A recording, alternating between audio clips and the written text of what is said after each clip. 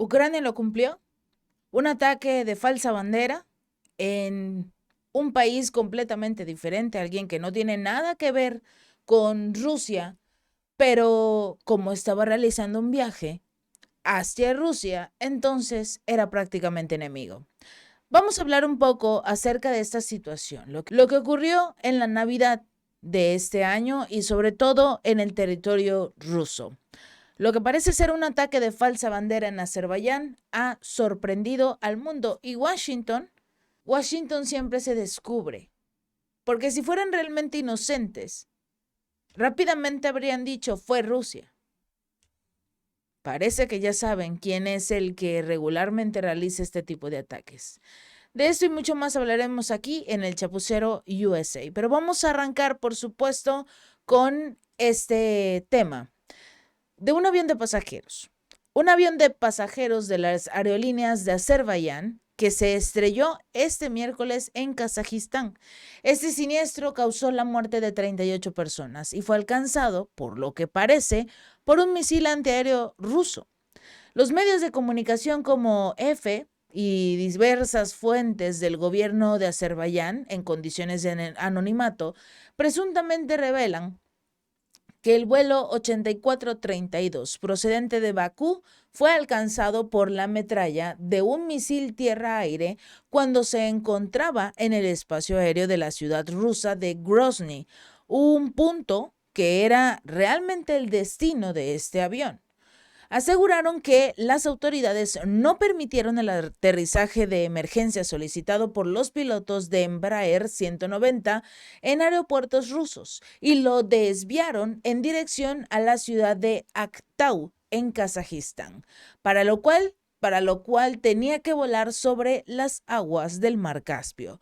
Según en la agencia progubernamental Caliber.az, el misil utilizado contra ese avión fue un Pantsir S. Interesante. Este mismo medio ha indicado que fuentes rusas reconocen que las defensas aéreas estaban intentando derribar drones ucranianos en los cielos de Chechenia, donde transcurría la ruta de este avión de Asal.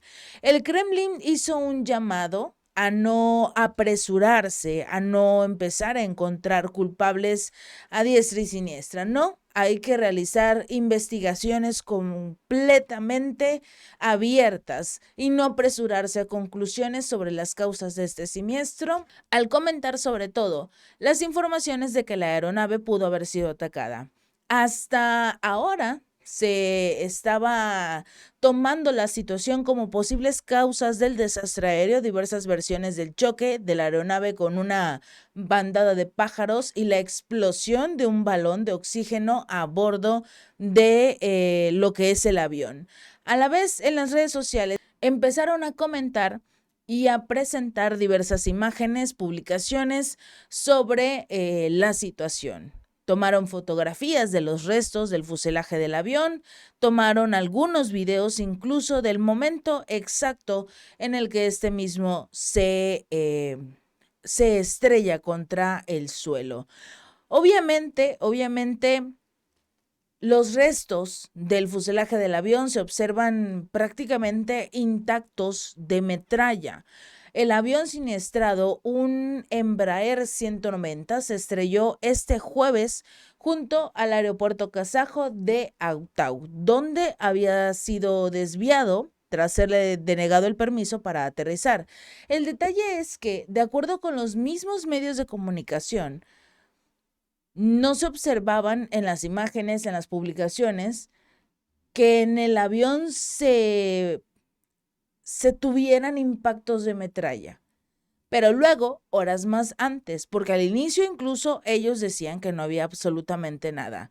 Y luego empezaron a compartir este tipo de imágenes, como si realmente el avión hubiese sido atacado.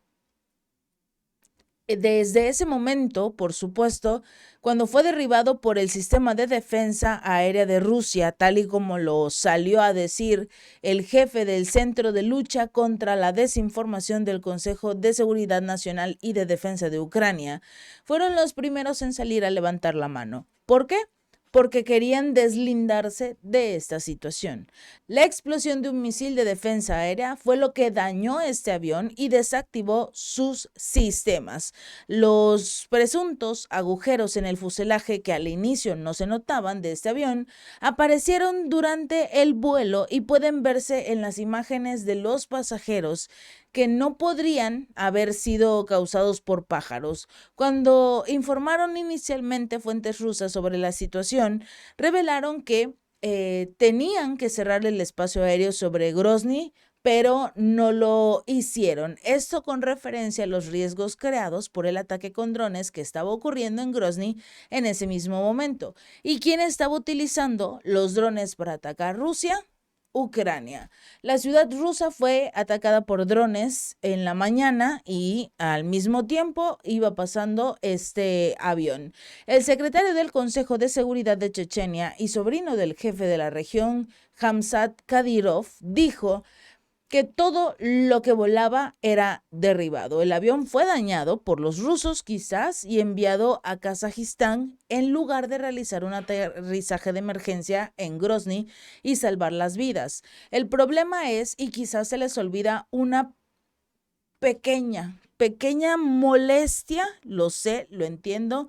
Para muchos esto es una molestia porque no entienden cómo es posible que este avión no fuera trasladado directamente al aeropuerto y que le dieran el permiso para aterrizar. Hay un detalle y creo que se nos ha olvidado a muchos. Hay una guerra en Rusia y si en este momento están realizando ataques, no van a permitir que un avión se acerque a su aeropuerto porque atrás vienen drones. Atrás de este avión vienen drones de Ucrania y no quieres a esos drones dentro de tu aeropuerto, porque obviamente van a causar estragos. Así que no, lo mejor es sacarlo del camino y se acabó. Váyanse para allá, aquí hay una guerra. Aquí hay una guerra. Solo la profesionalidad de los pilotos de este avión fue lo que logró impedir que Rusia, dice el enviado de Ucrania, que Rusia convirtiera esta historia en una provocación rusa contra Ucrania, lo cual es ridículo. Rusia hará todo lo posible para ocultar su propia responsabilidad en el accidente aéreo y las muertes de las personas. Y Ucrania en esta ocasión no se va a lanzar para decir, sí, yo fui. Obviamente yo fui. Quizás no pensaron que iba a derrumbarse este avión de forma tan intensa y por eso lo hicieron. Puede ser, es una posibilidad. Porque ya durante los últimos meses habían estado amenazando con ataques con falsa bandera. Es la forma en la que trabaja, por supuesto, Ucrania. Con ese tipo de ataques diciendo que fue Rusia, y todos sabemos el que ha cometido actos o crímenes de guerra es realmente Zelensky. Por el otro lado, vamos a hablar acerca de las autoridades finlandesas. En Finlandia están investigando una interrupción en el cableado eléctrico submarino que conecta Finlandia y Estonia. El primer ministro de este país, Petteri Orpo, dijo precisamente que el operador de Stlink 2, que suministra la electricidad a Estonia a través del mar Báltico, registró el fallo este jueves. Según la bolsa de energía Nord Pool, las autoridades están en la espera de Navidad e investigando, por supuesto, el asunto. El primer ministro señaló que el suministro eléctrico en Finlandia no se ha visto afectado. El operador del cable Fingrid comenzará a inspeccionar los daños este jueves y el gerente de operaciones de red de la compañía, Arto Pajin, también va a estar realizando sus investigaciones. Varias causas posibles se han señalado en los últimos días y sobre todo desde sabotaje hasta un fallo técnico. No se descarta nada todavía. Al menos 2 barcos navegaban cerca del cable en el momento de la interrupción. ¿Y qué creen? Uno de ellos era ruso y por eso va a ser el principal sospechoso. El operador de esta red de transmisión de Estonia afirmó que el suministro eléctrico del país también va a continuar debido a las capacidades de reserva exactas que se activarán y dependen de la situación del mercado, por supuesto. Pero estas capacidades de reserva existen en Letonia, Estonia y Lituania, así que no habrá ningún problema. Recordemos que tan solo el mes pasado veíamos cómo 2 cables submarinos de telecomunicaciones fueron interrumpidos. El Sea Lion 1, que conecta Alemania con Finlandia, y el BCS East West Interlink, que conecta Suecia con Lituania. El ministro de la Defensa de Alemania, Boris Pistorius, dijo que Berlín tenía que asumir, tenía que ver qué es lo que realmente estaba pasando, pero no solo señalar que fue un accidente, sino que lo mejor sería asumir que el daño fue un sabotaje. Los cables pasan cerca de los oleoductos Nord Stream, dañados por un sabotaje en septiembre del 2022, un sabotaje que efectivamente realizaron los ucranianos, que todos saben, por supuesto, quién es el que hizo este desastre. Pero mientras tanto, esperemos que Finlandia y Letonia y todos los demás países entiendan que esto es algo que necesita Zelensky. ¿Por qué?